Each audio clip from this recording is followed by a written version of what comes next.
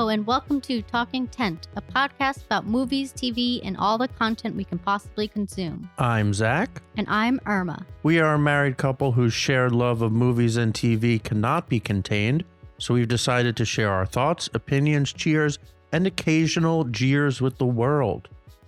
Welcome to this week's episode, where we'll be breaking down the season finale of The Mandalorian Season 3, briefly touch on Succession. Gotta hit it. We skipped 1 week. Can't go more than 2 weeks without talking Succession.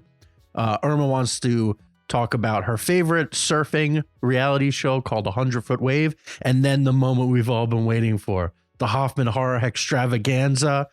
I saw Evil Dead Rise, and Irma came with me to see Ari Aster's new movie, Beau is Afraid, which frankly blew both of our minds, both good and bad. We still don't even know, but we're certainly going to talk about it. And we're not going to spoil it. We're going to talk broadly, I think. Themes, maybe. Who knows? We're going to start right off with The Mandalorian. I believe in a previous episode I had said about The Mandalorian as we were coming into the finale that my expectations have just been lowered in preparation for whatever is to come. And I gotta say, I found the finale quite enjoyable because I wasn't expecting anything grand and spectacular. And honestly, it kind of exceeded my expectations. We had a lot of fun battles, I thought. Some of it looked a little hokey, but that's all right. Kind of always does. And we got like a pretty nice conclusion to the reconquering of the Mandalorian people and Bo-Katan, and we got Din and Grogu are kind of now back to their Hovel? Yeah. Oh, right. You're right. No, it's a nice little house on the outskirts. Yeah. But now they can go back to their mercenary ways. So they kind of just reset the whole series, except Bo-Katan is now back on Mandalore. No, I agree. There was definitely really cool like fighting choreography. Really cool moves with the jetpacks. I loved that like airborne fight. It was almost like a out of like Iron Man, you know what I mean? Like with like the jetpacks and them like fighting each other in the I guess in the open air cave.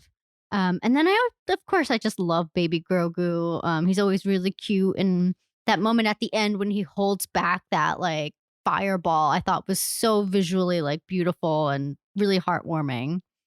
But I just feel like things just don't really pay off. Like there's just some like things that they like. I feel like they were trying to set up early in the season that like kind of misled us in a way. Like I know this is going to be like a stupid one, but like Paz Vizsla when he sacrifices himself in the previous episode, like in the beginning, like he was all about like, oh, his son and all like his family, but then he just sacrifices himself and no like send off line like tell my son I love him. I know that sounds cheesy, but like I don't know, he was all like gung-ho. I don't know, I know it's dumb.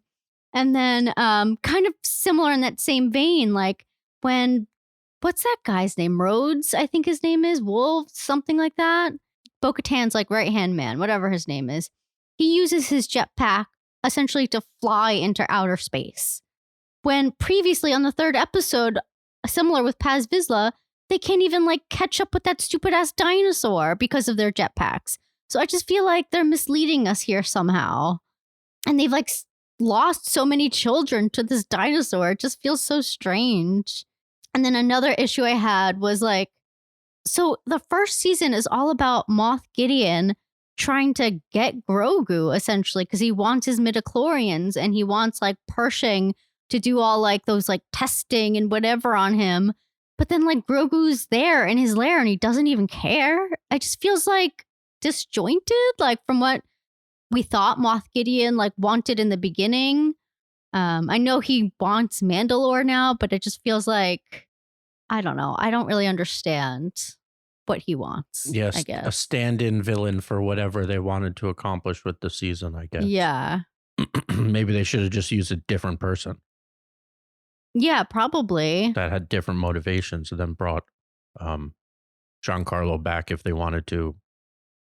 Because, yeah, like, why isn't anyone going after Grogu anymore? Like, there just seems to be no conflict with Din and Grogu other than who they're helping. So in this case, they were helping the Mandalorian, which makes sense because Din is obviously Mandalorian.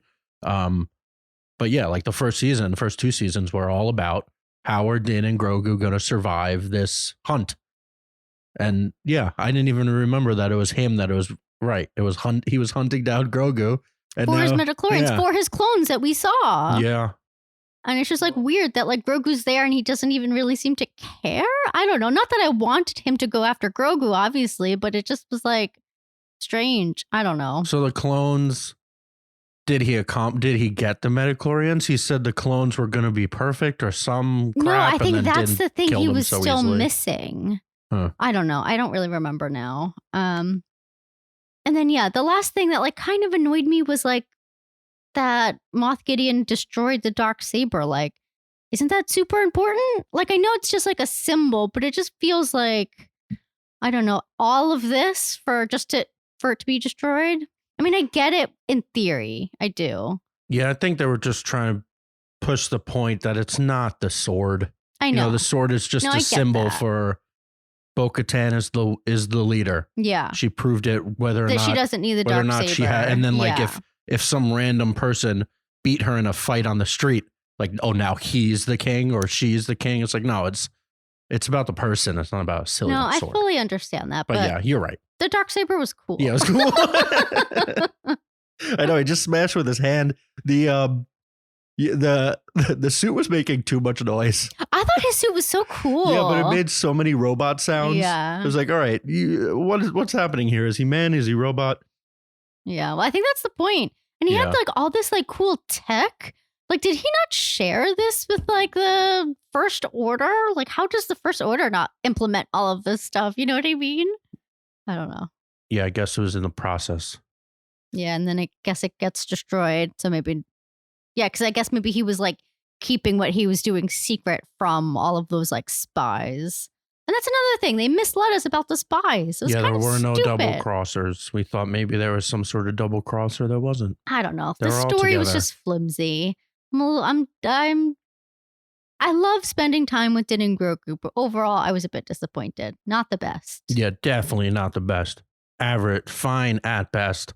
But you know what? We had some fun fights. The laser door scene fight was cool. Yeah, that was cool. That was cool. When Beau, I thought they built pretty well to Grogu needing Din's help, then Din needing Grogu's help, then both needing Bo-Katan's help, and then all three of them having to combine to kill. Well, presumably we think he's dead, but who knows? No, he's not. He can always come back whenever. It's one of those things. If they don't show the body, he's not dead. Giancarlo has another show to do. You know what I was thinking though, when the fireball was coming down from the ship and the thing that killed potentially Moth, and it was obviously they were not going to escape our three heroes, and Beau just took her tiny little shield out. Yeah. At first, because the show had proven itself to at times be kind of dumb. Yeah. I was like, oh my God, are they going to have just that stupid shield be like, oh, she saved them? So I was actually surprised when it was Grogu's force shield. Yeah. When they finally showed that he was fighting off. Shield. What is the point of that? Just in any situation. Yeah, I guess it could stop like a few things if you're fast enough. But yeah, I gave out a nice yelp when it was Grogu holding like the ball of flame away from them. No, that was really quite nice. Yeah. So we had a few good moments, but yeah, certainly the story is not that good. It's never gonna be that good. Yeah. I think the first 2 seasons maybe gave us a little bit too much, and then Andor obviously just gave us way too much sophistication for a Star Wars true. world. It basically wasn't Star Wars. It was just in space. Yeah. And they had the same they had the same graphics and the planes and like the same computers, but it was so different. Well, also Andor didn't have any like aliens or creatures, so it didn't really feel like or Jedi, right? Yeah. Or powers or force or anything. Exactly, yeah. So what grade do you give Mandalorian season 3? A 5. Oh, I meant a grade. What do you mean grade? Like I'm thinking 1 grade. out of 10. Yeah, well, we did do the excitometer is coming up, which we did do 1 out of 10. So that's stay consistent. 1 out of 10. What would you give it? A 5. I was also, well, I was going to say C, which I suppose would be a 5, right down the middle, because you can't get, even though I did enjoy the last few episodes, you can't deny that the first ones were just straight up bad. So that would have been like Yeah. F. Well, I was like excited about building the lore and everything and like maybe getting into more of like old Mandalorian lore, but I feel like they didn't really do that. Yeah, they definitely could have, which is very frustrating because of those first few episodes were just bad, and they could have spent the time building us to where we got. Yeah, like that Pershing episode was so unnecessary. Oh, that was so awful. And it was so boring too, even though like I get it in the story, I guess. And they built the girl with the woman with the short hair is who like a helped. spy, I guess. Yeah. She's the spy. I don't know. It was just just disjointed. Yeah. Definitely could have been worked out better. And now it's like they're going forward.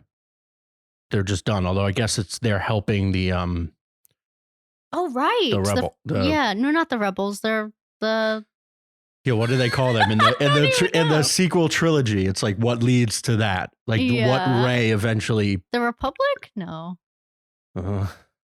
This is bad. We watched a whole show and we don't even know what they're called. There's just so many names. There's Imperial. There's First Order. There's like so many different things. Yeah. The Empire. Like they just renamed whatever the rebels are, but in the sequel trilogy. But they're not rebels. Yeah, they are. They're rebelling against First Order or whatever. I don't know. No, they're not. This is like the army of like the galaxy. This is like they're just not very good. This is like what Luke and Leia built essentially. Yeah. Yeah. First Order? No. What is it? The First Order, the bad people. No, I know, but this is the good guys, but they're not like. They're not rebels. Yeah, they're not rebels. They're in charge. Yeah. Technically. So exactly. the First Order are rebels. So we should root for them. Can we just look it up? Yeah, look it up. The New Republic. So after in the prequel trilogy, what is it, like the Galactic Republic? That falls apart. Then during the OG trilogy, the ruling body is the Empire. They're bad. And then for the sequel trilogy, it goes back to technically the good boys are in charge, right? And then the First Order are rebelling against that. So Din is gonna help the good people in the sequel trilogy, like what Rey and what Oscar Isaac eventually fight for. Yes. Okay. Too much Mandalorian talk now. You're right. Let's get to something altogether different. Dong ding dong dong dong ding dong dong dong dong dong ding dong dong dong ding. Succession, episode 4 that we didn't talk about last week was the funeral episode, bottle episode in the. It was like a wake. They didn't do the funeral yet. True. The wake. Everybody was in Logan's apartment. One set. The last time they used that set, all the actors talked about. So we're not seeing that apartment again. That was a nice one, just seeing how all the different people are reacting. And then the immediate, some people are still grieving, but then some people are watching the throne and already making moves. And then episode 5. Well, wait. So I do have to ask you, do you think it was an underline or it was crossed out? Well, it was obviously straight up on the nose halfway through, which was a bit ridiculous. I think it's amazing that they put that in there. They and the put production, an underline, and in the middle of his name, it goes up and through the rest of it. So it's literally 50-50. I say it was intended to be a cross out. I think this was an emotional thing he did, especially like in pencil, doing it on top of type. Like that's just like something like you just do out of like emotion. Like you're like, fuck him. You know? Fuck him. No, I mean, the only thing that really makes sense in a normal person's life is that it's a cross out, because why would you underline it? It's already there. Yeah. So it's a cross out, but whatever. It's not. He's in charge. I know. And Hilarious. we get to episode 5, where if they save some money on episode 4, they spent all the money on episode 5 to fly us all to Norway. Oh my God, it was beautiful. It was unbelievable. Makes me want, we should just move there and become billionaires so we can afford that stuff. Yeah. Well, they wouldn't have us. because we wouldn't be able to get the universal health care and all of that stuff. So You got enough money, you can get whatever you want. Or they don't actually, in those countries, they don't like people that are that rich. That's what I've heard. Because it's like it goes against all of their values. They get shunned. Everybody is flown out to Norway to meet with Madsen. And I gotta say, my boy Skarsgård just kills it all the time. He's such a great presence to have to just come in off the bench. Obviously, this is arguably the best acted show of all time. Just if you talk about everybody. So if you don't want to say like, Gandolfini is the best ever, but like as a whole cat, there is no Meadow Sopranos, no offense, or the son even worse. Sorry. But like everybody is the top of their game, and then they could just drop Alexander Skarsgård in, and he can not only hold his own. Jeremy Strong in the interview after was like, I love just facing off against him because he's just a different presence. Well, he described him as like a fierce, like it's almost like a Logan, like that foe that you need to like push up against, and that really was what Skarsgård was. He's great. Yeah, and he does it with like this sarcasm, but then maybe it's just because I'm biased and I just really love him as an actor. Yeah, that like I just trust that he is right, and he's always in control. And then even when I was watching him talking to Shiv those were, I think, the best scenes. Well, he was being like really candid and open about this thing that he shouldn't have been telling her. I know, it was so weird. I was thinking like, is he just more flawed than I am letting myself believe because I love Alexander Skarsgård? Or am I right? And this is just yet another play to get Shiv on his side. I don't know. And then play the brothers against each other and play the sister against the brother. And he's taking them for all they're worth. Yeah. I don't know. Something's happening. I'm excited to see definitely where it goes. I mean, I feel like this is not the only family, because I feel like it's pretty common and for rich people to just fall upwards. They tried to sabotage this and then they got more money for it. It's just like ridiculous. Like absurd. It's like they can't fail essentially with whatever decision, Yeah. So they Ken and Roman try and tank the whole deal. And Roman, I mean, it's always their plan. At least Ken brings it up and Roman agrees. Roman bothers me sometimes where he just, I mean, I guess I get it. He was raised by the most domineering presence possible. And then he kind of always tends to just agree eventually. He might state that he doesn't immediately want to do what the other person wants to do, but then eventually he just usually says okay, which is because sometimes I feel like he's right, and then he just cowers and gives in. But eventually he gives in to Ken and he says, all right, let's tank the deal, because kind of both of them are power hungry again. And I thought it was pretty telling when Skarsgård says, I just want to make you rich. And Kendall's just like, we're already rich. So as much as me and you watch it, be like, take the $2 billion each. Just like, what are you fighting for? It's a power thing. Like he doesn't want to give up the opportunity to. He's grown his whole life being like, this will one day be mine. And then to the day after it is potentially his, just selling out all of it. Yeah. I get it, but I'm just like, come on, man, just sell it all. It's great. But yeah, so they try and tank the deal to keep power.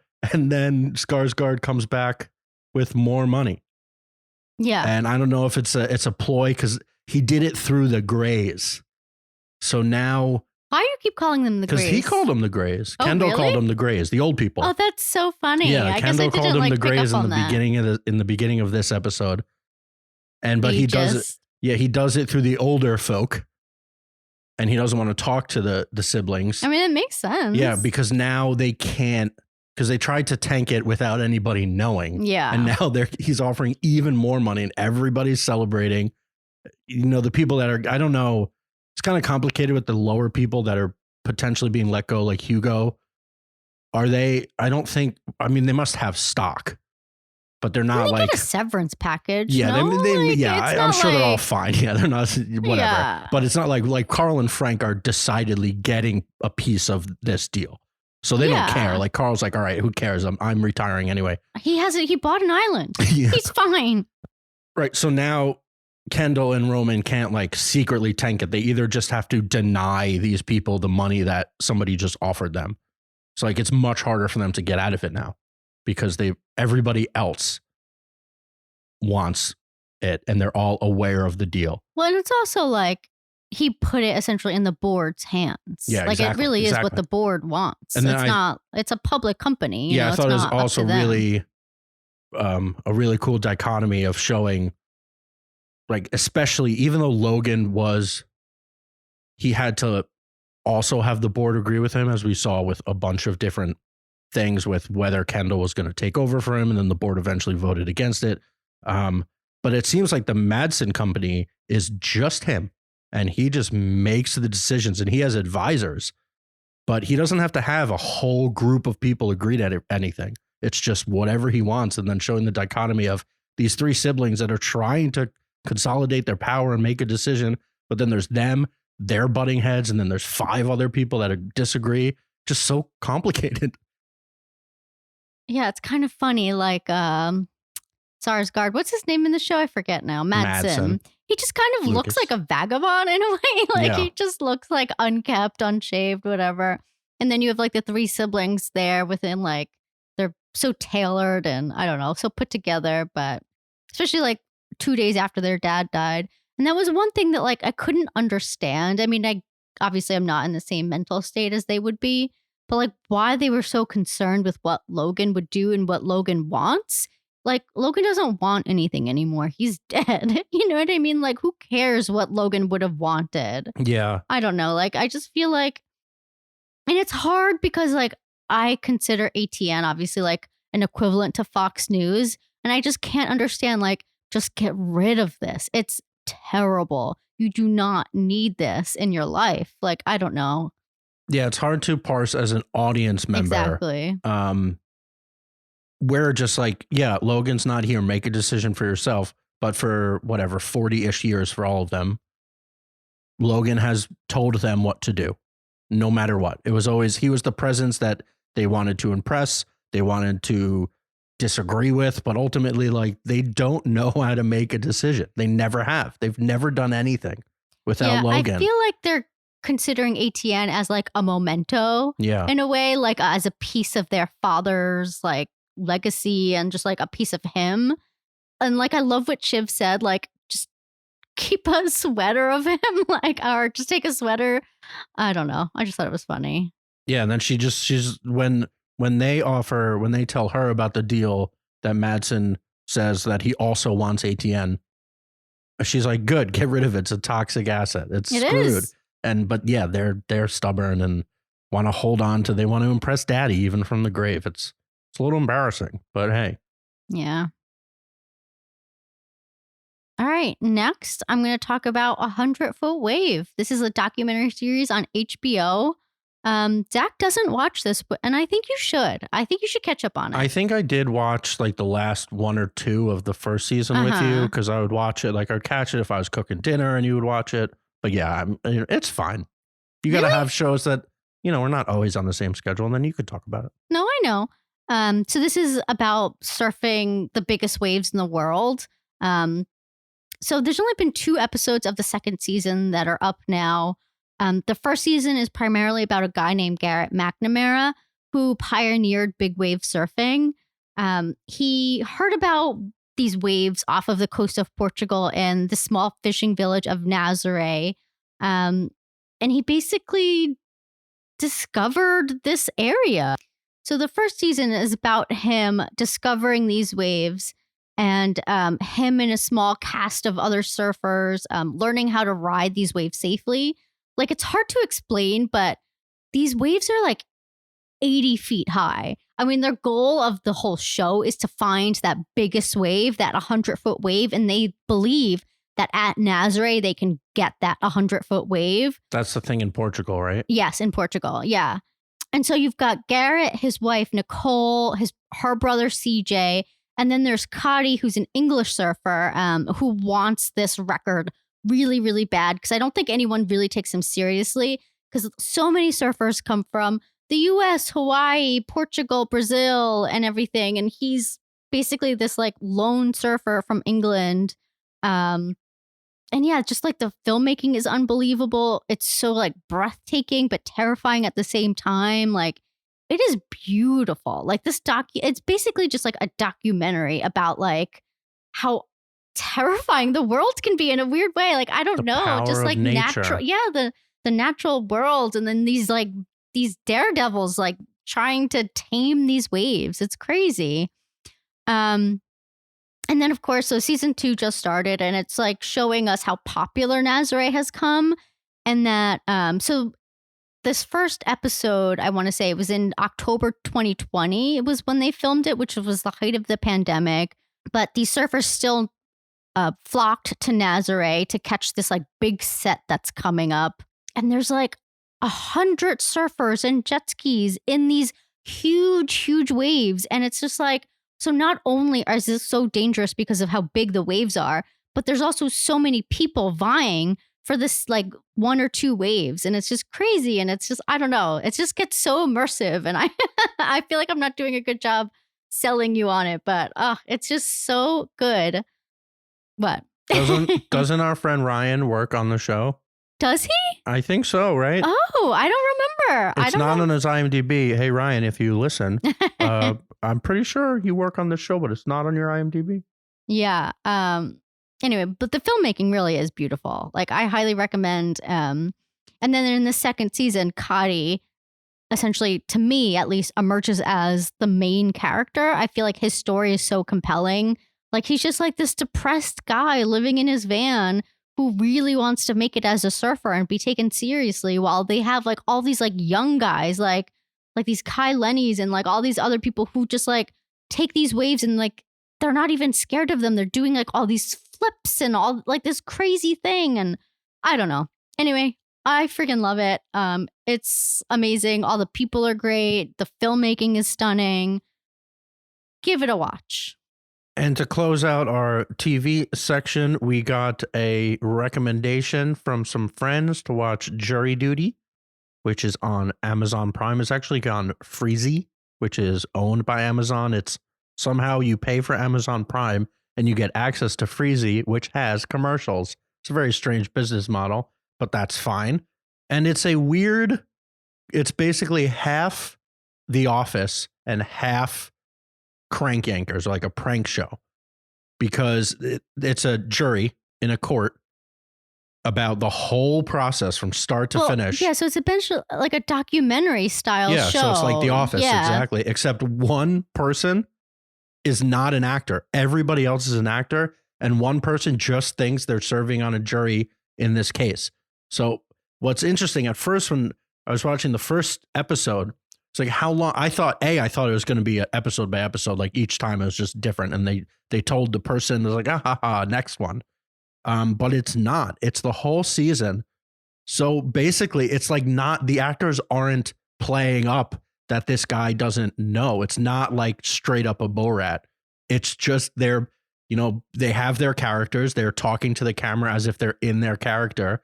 Except also one of them is not in character, and eventually he's going to find out. And he's such a nice guy. He's very personable. I wonder how many times they did at least the beginning with somebody, and they're like, this is not working. And then they eventually got to this guy who's like willing to talk to James Marsden and be racist, and had like he says like all these perfect things, which everybody's thinking, but he says them. He's not racist. No, Did he say something? He's like, what's a good way to get out of jury duty? He's like, the classic one is you just say you're racist.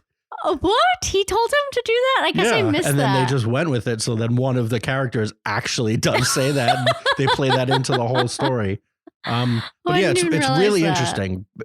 Yeah, it's definitely funny. Yeah, at first I was like, how are they going to keep this up? But then you realize it's just Parks and Rec. Like it's just that kind of show. Yeah. But with this added element of that it's a prank the whole time. I know. Oh, this poor guy. So he's also like bonding with these people, That's what I was thinking too. I was wondering, if he's on a text thread with his boys, like when did he just text like, I am now friends with James Marsden? I know. It's crazy that James Marsden is on this. Like it makes me like James Marsden so much more, knowing that he would just like be this like douchey actor and just like pretend like, hey, that's really me. You know what I mean? Like, yeah, it's going to be, I feel bad for him. We'll see. We're only 2 episodes in. I think there's 6 out and 2 more are coming. I'm going to feel pretty bad. Usually with like a prank, it's over that day. I know this is going on for a while because they're sequestered. Yeah, it's like, ha, ha, ha, you got me. Good job. It's going to be like he really is bonding with these people. He really likes he thinks the girl is funny, the funny girl. Yeah, and like he's talking to this strange guy and he's weird. And like, well, it's basically like his door mate or whatever. Oh, right. I was talking about the guy that said he was going to go pull one in the bathroom. Oh, right. No, he died. Right, he's gone. He's gone. But yeah, spoiler alert. He didn't die. But... his weird room neighbor who's just insane person. Yeah. Well, I guess we're going to have to finish it because I am really interested to see like how they reveal it and I know. how he reacts.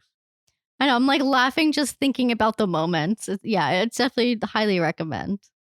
All right, Irma, are you ready to revisit this situation? The Hoffman horror extravaganza has begun. And let's start with actually the second movie I saw. Why? We went back to back because the important one is the important one. Okay. And I'm going to be very quick. We went back to back. Well, you went back to back. With Beau is Afraid and Evil Dead Rise, which I was shocked were coming out on the same day. But now that I've seen both, totally unrelated and totally fine. Evil Dead Rise, real quick, kind of a disappointment.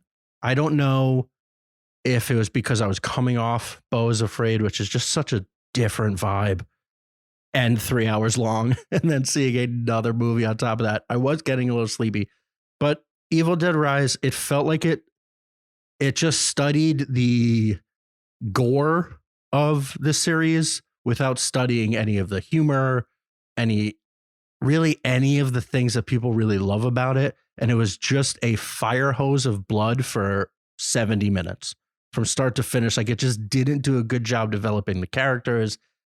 They also made a weird choice. So the original ones are obviously in a cabin in the woods, a classic horror bit. This one they made in a basically disheveled, broken down apartment building in Los Angeles. So the people were trapped on like the 5th floor of an apartment building, and it just felt very confining. Like there was only so much they could do battling these demons for basically the whole movie. Like usually the spooks and stuff happen a little later. This kind of happens right away. Some of it was really good. The cold open I thought was the best part, but then the rest of it got pretty boring. So I was pretty disappointed by it. Some of the gore was good, fine. But in a previous episode, I was talking about Terrifier 2 and how like the violence was so visceral that it was like crazy, but it was also gimmicky and cartoony enough that it just felt something felt better about it. And this one, they had so much money and it just all looks so real, like a knife going through someone's arm and like that it's no longer fun. It's just boring, kind of.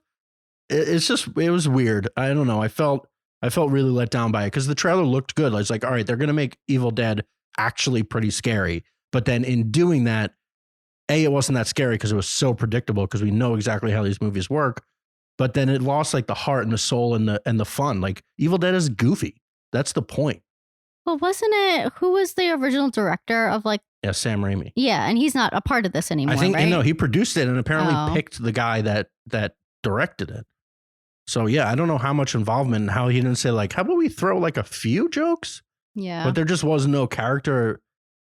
They didn't. The only homage really was just the concept of the Necronomicon, and then also they have a chainsaw situation, which is a big part of the original movies, where Ash loses his hand and then replaces his hand with a chainsaw. But they don't even do it fun like that. It's just like she picks up a chainsaw.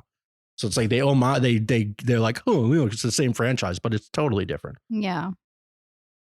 Yeah. So that was, I don't know. If you're a fan of the movies and then the series, and then you thought these movies would be better without Bruce Campbell, I guess see this movie. It is super gory. It like at one point it is literally raining blood. Wow. Sounds delightful. Yeah.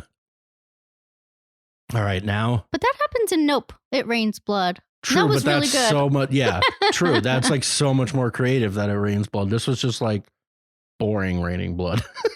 Boring raining blood. Boy, Wow, how Zach. far I've fallen. All right, and now we're moving to the coup de grace. So let's Coup de let's grace. start from the beginning here. Hereditary comes out in 2018. Zach goes to the movie theaters. He's awestruck.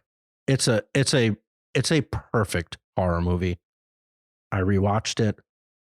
It's just as good as I remember, even knowing exactly what happened. It's perfectly structured, perfectly paced, but elevated in a way that is just admirable. It is true horror because it could happen. It's real, except for well, who knows, but the witchcraft and stuff that starts in the last act. All right, then it moves up, but the beginning of it is essentially just about a mother dealing with the death of her daughter, and that's what Ari Aster does.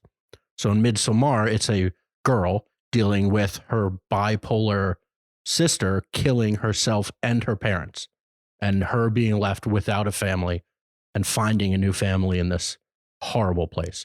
But what he does is he takes true tragedy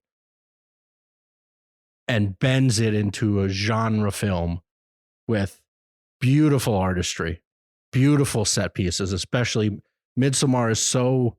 If Hereditary is like your pretty traditional horror movie, you know, something horrible happens. Again, it is so much better than most, but it builds the characters, then something horrible happens, and then kind of frights ensue, and then an explanation is given. Midsommar does a lot of that, but he also decided to make a terrifying movie where it never gets dark, which I thought, like, even it sounds so obvious once you've seen it, but to have that thought, like, let's have this horrible movie where all this horrible stuff happens and have it be in the most beautiful place you can possibly imagine. Like literally Little House on the Prairie, beautiful hills, flowers. Well, it was in like Scandinavia, right? It was in Norway? Yeah. Similar to Succession. Sweden. Yeah, no, it was beautiful. And Florence Pugh did such a good job in that movie. I don't normally like scary movies, but for some reason you convinced me. I don't know how to see this movie. And there's definitely some gore in it. But no, it's one of my favorite, I would say, horror movies. Yeah, it's also a near perfect movie. It was also kind of before Florence Pugh was Florence Pugh. I would say it helped establish her. Really, before that, she was the girl from Fighting with My Family, the Rock WWE movie. Like, she was in very little before that. Then she had Midsommar and Little Women in the same year, and then became what she is now, which is a superstar that still isn't in that many great movies if you actually look at her IMDb. But she's a hot commodity, and she's very good in what she does. She just maybe isn't making the best choices, except for Little Women and Midsommar. Also, what I noticed rewatching both of them is they're very similar in structure, and even in certain parts of their performances. So Toni Collette goes way over the top, and while Florence Pugh plays it very subtle eventually, but they both start the horror with them with a horrible scream. So when Toni finds her daughter in the car, it is this earth-shaking scream that you don't see, and it's a close-up on the son's face. It's just so he frames things so well. He's often showing you the reaction of other people while other things are happening. And he does that all the time, and it's so good. It's so much, your classic horror thing of like, it's scarier if you don't see it. So it's more horrible. It's more terrifying if you don't see it. You know what's happening. But then he also shows, he gives you glimpses of the things that you have to see. So after those two movies, one of the best 1-2 punches I can think of to start a career. Obviously, I'm thrilled by the prospect of a third film starring Joaquin Phoenix, whom Ari says is this generation's best actor, and he's up there for sure, among a pantheon of people. Everything he's in, he's just so good. But he's also kind of like a chameleon in a way. Like he's not like a character actor, but he definitely does like melt into a part, and I don't see like Joaquin Phoenix, if that makes sense. Yeah, you know? I think he is very much method without getting the negative connotation of that some people do. I know. I think I listened to like a interview with Ari Aster. And he was saying that Joaquin would just like scream every so often on set to just stay in character. And apparently, throughout the movie, he has a wound, and apparently he had a needle in his shirt. A needle? Or like some sort of pin, something that would actually hurt him in that spot, so that his reactions when he moved and would like grab at it or it was like actually hurting him, so it was more natural. Oof, jeez. Yeah. So, Jeremy Strong kind of got shit on for being method all the time. And maybe it's different that Joaquin is just so good that he can do all that, but also then when he has lunch, just be a normal person. Yeah. And then like Daniel Day-Lewis famously is just Lincoln for 5 months. Well, I've heard that's whatever. Very annoying also. Yeah, like, I'm sure, but he does 9 movies in his whole career. I mean, he's you're a method. legend. Yeah. I'm always an intrepid podcast host. Yeah. And again, as any of our faithful listeners know, with movies I'm this excited for and this bought in on the filmmaker or the actor, I just don't look up anything. I didn't even look at the tagline for this movie. I didn't look at a preview. I hadn't seen anything. Yeah, you didn't really even know that this like technically isn't really a horror movie. Yeah, I had heard that it was an absurd.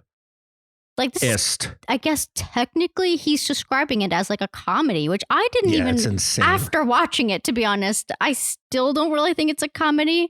I feel like maybe. Okay. It's not that I didn't like this movie. It's not that I didn't love this movie.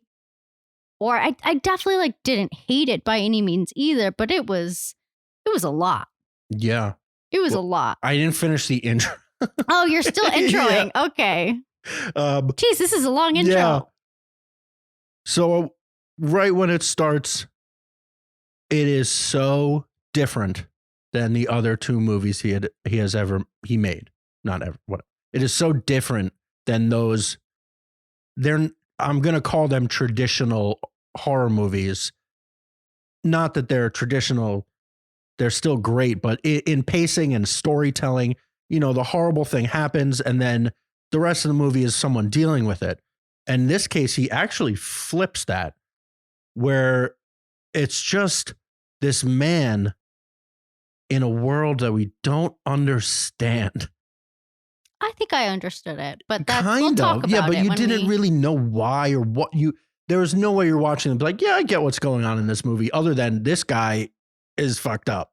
Well, he has intense anxiety, and like this was his world that we were seeing through this like intense anxiety. Like everything was at a level 10, like every person on the street, every encounter he would have, like he would just think the worst of it. And that's what we would see. Like anyone on the street was about ready to kill him. You know what I mean? But that's not true in real life. But in his head, that's what he was seeing. And that's what we were seeing because of it. It very well could have been true. And Ari said as much. I don't think so. Really? He said it was a real world. Okay. Well, that's how I interpreted it. There's multiple interpretations. Like, especially the guy above his bathtub. Right. I thought that was an interpretation of the spider. Like, that's how big it was in his head. It certainly could have been. And it's a great interpretation. Falls on him. Yeah. You know what I mean? And that's the spider. Yeah. It is easily the strangest, most perplexing, interesting, deranged, awe-inspiring movies I've ever seen, I think. It was confounding. Like for us to be nearly a week later, still just like not sure about what we saw and what it all meant. Although at one point they kind of make it pretty clear. Yeah, I think by the end, you kind of understand Yeah, why but he is the way he is. right, but even just the journey to get to that, there's like so many layers going on. There's so much. Well, It, this is essentially like an odyssey, like a tall yeah, tale, like, and I think he's described it that yeah. way, It is the Odyssey. It's Gulliver's Travels. It's a satirical world. Yeah, it's It's a exaggerated. farce. It's absurd. Exactly. Parts of it are funny. There's Yeah. certainly things that are funny, not laugh out loud funny, like someone cracks a joke, but just like an absurd take on the world, Yeah. a satirical funny. Yeah, like in the interview I listened to, like he was saying like the posters on the wall and like all like the signs and such, like they're meant to be funny, but I wasn't really concerned with all of that stuff, so I missed a lot of it. So I don't know if I'd be able to sit through this again, but maybe I will now, knowing that it's meant to be funny and like maybe just take it more like lighthearted in a way. Yeah, like I think maybe my mindset just changing it slightly. well, feel however you want to feel about it, right? Just because the creator says it's a comedy. He also said Midsommar was a dark comedy. Yeah. So he's insane. Yeah, maybe. Like and it's fine if the creator of something doesn't like to define something as one thing. But like if he thinks Midsommar is a dark comedy, that dude is fucked up. And which makes sense. He made Hereditary and Midsommar in this movie. Yeah. But so what I have here in my notes is that it really reminds me of like Darren Aronofsky's Mother, in that like the concepts and themes are so large in scale and that it's like super surreal in the storytelling. Because even I feel like Mother was extremely divisive, you know what I mean? And like you watch this movie and you're like, what am I watching? And I just feel like, to me, that's like the closest like one-to-one comp I could think of. I was even also kind of thinking like very different, obviously, but like Big Fish. I remember loving that movie when it came out because that's kind of like a tall tale or an odyssey, but except where like Big Fish is like super like whimsical and like happy, essentially. Like in Beau's Afraid, everything that could go wrong does go wrong. You know what I mean? And you're basically just watching this man like devolve, like just take every wrong turn, like along his journey. And it's just like, it's hard to watch at times. And then you're like, you're not sure if you're rooting for him, but like you have to be rooting for him because he's the main character. But like, then when he gets to his destination, you're like, why'd you do this? I don't know. Yeah, I think those are both very good comps, but not necessarily for the movie as a whole. So the movie is split into 4 acts, essentially. You think 4? Very I was thinking distinct 3 acts. Oh, no, you're right. Yeah. And like on the Odyssey or Gulliver's Travels, it's almost like we're leaving one setting. We're literally leaving one setting and moving to a completely different space. And that's what happened in this, I think. Yeah, that's exactly what I'm saying. So the first act, undoubtedly like Mother, it's just like this chaos of people around him and being terrified of everything happening. And then Big Fish is a great one for when they're in the woods. Yeah. It's like even looks a little bit like that. Well, that the theater play was beautiful. It was so well done. And then it like kind of goes into like this like CGI world. It definitely went on too long in my opinion. But the beginning of it, I just really loved the way it was drawn out. And I just loved like the way they did the mechanics of the play. I thought were so cool. Yeah, that animated sequence, though really cool, was the first time.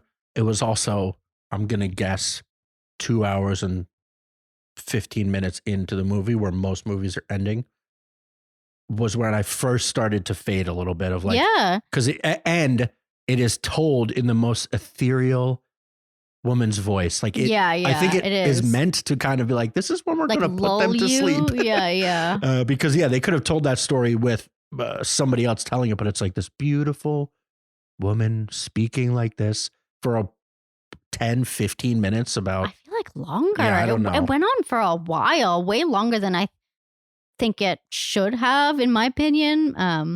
But yeah, the beginning I think started out beautifully, and then it ended like how all of the acts end. Yeah, but it's a movie that requires a second viewing. and it's going to be nicer when I can watch it at home and pause it, go pee. I had to pee so bad by the climax of the movie. I did go once during the movie, but in 3 hours, I had to go again. I drank an entire soda pop, and that like I was almost taken out. Maybe I didn't feel the emotion of the end. And I don't know, it was because my Yeah, the body was ending was rejecting it. definitely like the very, very end was a bit confused. Like for me, I was left a little confused, even though I guess I get it in theory, but I don't know. I don't know. Yeah, it's a strange structured movie, and it felt much like I said about Nope. Um, I think ultimately, potentially will be deemed a masterpiece. Well, Nope is arguably very good. Yeah, This no, I'm not yeah. sure. And yeah, a little different because even Nope is much more traditional and straightforward than this is. But just the only reason I'm comparing them is because when we first talked about Nope, I said that the creator in his third movie had like all of these ideas, Yeah. so many ideas, and crammed them into this one thing about these, in Beau's case, one character, and in Nope's two characters. And some of it didn't land. I disagree with the comparison. I feel like Nope was about one story. This was about a lot. Yeah, I mean, well, yeah. Only in just the sheer amount of ideas crammed into one thing. That maybe a little editing. It was kind of like the Irishman, where the Irishman, where you're like you're watching it, like, man, this is still going on. It's so long. But then you get to the end and you're like, the length is kind of the point. Like he goes on this epic journey. By the end, when he gets to the end, you're like, wow, yes. Sure, yeah. We're like, wow, we've made it. I feel like I've been places. I've been through the ringer with this guy. And if that all happened in 2 hours, I don't think I would have felt as like exhausted and wrung out. And that's what you're supposed to feel like. That's the point. I know. I really want to talk about the end, but you don't want to, right? Yeah, I don't want to give too many plot points. Immediately when I left the film, I described it as the 2001 A Space Odyssey of childhood trauma. Like it's just like with all the segments, different segments, and they all mean something. And it was funny because someone came up to us and was like, "What was that?" Yeah, actually, this guy that was in the movie theater who was checking his phone a lot. Well, I imagine that it was like a lot. And went to pee 4 or 5 times or got soda. He left a lot and was checking his phone a lot with a very bright screen. So I was a little annoyed at this guy. But then when he came up to us, he seemed very nice. He was like, do you know what that movie was about? Yeah. It's like, I need to unpack it. And I should have been like, you should listen to us on Talkin Tent. I almost did say that. All right. Well, if anyone wants to hit us up and talk about the end of the movie and get our thoughts about that, would love to hear what you have to say. Yeah, I think, well, I definitely recommend the movie. I would say, well, I want it to perform well so that he can just keep doing whatever the fudge he wants. 3 hours, though, is like a tough sell, I think. But yeah, I mean, if you love, if it sounds good, the references that we've made, go see it. Just bring a catheter, maybe, and or like easy access to go pee, run out, and be, don't be tired. But I think we're a lot of prerequisites. Yeah, there. Right. Yeah, it's long. It shouldn't be that challenging if it's just long. Who cares? But it is. It's a long time to sit I feel like somewhere. because of that, people are just going to wait till they're home and then just be on their cell phones. Yeah, and well, hopefully you can watch something at home without constantly being on your cell phone. But yeah, I think most people are going to eventually catch up with this and say, wow, that was freaking weird. But I think they're undeniably we're going to be revisiting this because it's going to be on my lists once I have time to watch it again. I think like the more I'm going to think about it, the more I'm going to be impressed by what he did. I've never seen I've never seen anything like this. Yeah. There's nothing like it. There's things that are similar. There's references that we can give you. There's, books and stuff, but the Odyssey it's a hero's thing. It's about a hero and it's about an adventure or whatever. Gulliver's Travels is about like this, it's a satire on the world, but it's like an adventure. Yes, it's a journey, an epic journey, but it's so strange. Yeah. It's so strange. And Joaquin Phoenix is such a weird protagonist. Yeah. Yeah. Well, it also seems like this is like a journey he takes that he never wants to be taking. So it's just like funny, like he just gets pulled into these situations and then like into these moments and you're just like tense the whole time. Yeah. Yeah. Like it's not like a horror movie, but it is kind of like a thriller in a way. Like, I don't know. I just feel like I was just nervous the whole time. And I think that's the point. Yeah. I would say it's a 3-hour nightmare. Yeah. Yeah, it really is. And not all parts of nightmares are so terrifying. Yeah. But they're all the looming dread. The looming dread. Around yeah. Is around that's exactly everything. what it is. Even one of the acts is like seemingly kind of nice because Nathan Lane shows up and you're like, ooh, a respite from the horror that I just watched. And that doesn't go very nice either. And no, none of it does. Yeah. It's just it's a wild swing. It's incredible. I think hopefully if Ari Aster is able to continue a career, continue being successful, I said it when I walked out. I was like, I think this is a movie people are going to study. And Martin Scorsese has given him a hard stamp of approval. It's been everywhere. You think he saw this? Yeah, no. Oh. Like widely known. He was at the IMAX premiere and said that Ari Aster is like the brilliant artist of this generation. Imagine Ari showing this to Marty. Yes, I am using their first names. And like being so nervous about what he would think. This had to have been in New York, right? Yeah, I think so. Yeah, because I think Ari Aster lives in New York. They did like a early IMAX premiere. Yeah, we didn't see it in IMAX. Do you wish we had?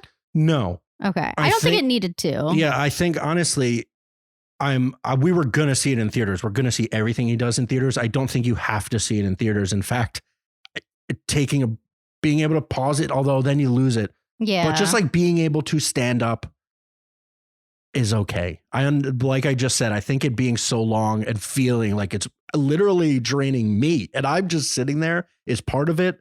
But I think the most enjoyment someone will get out of it and the most appreciation for it is when they're not worried about how long it is. It's just I know. It's snowing outside. This is it for the next 3 hours.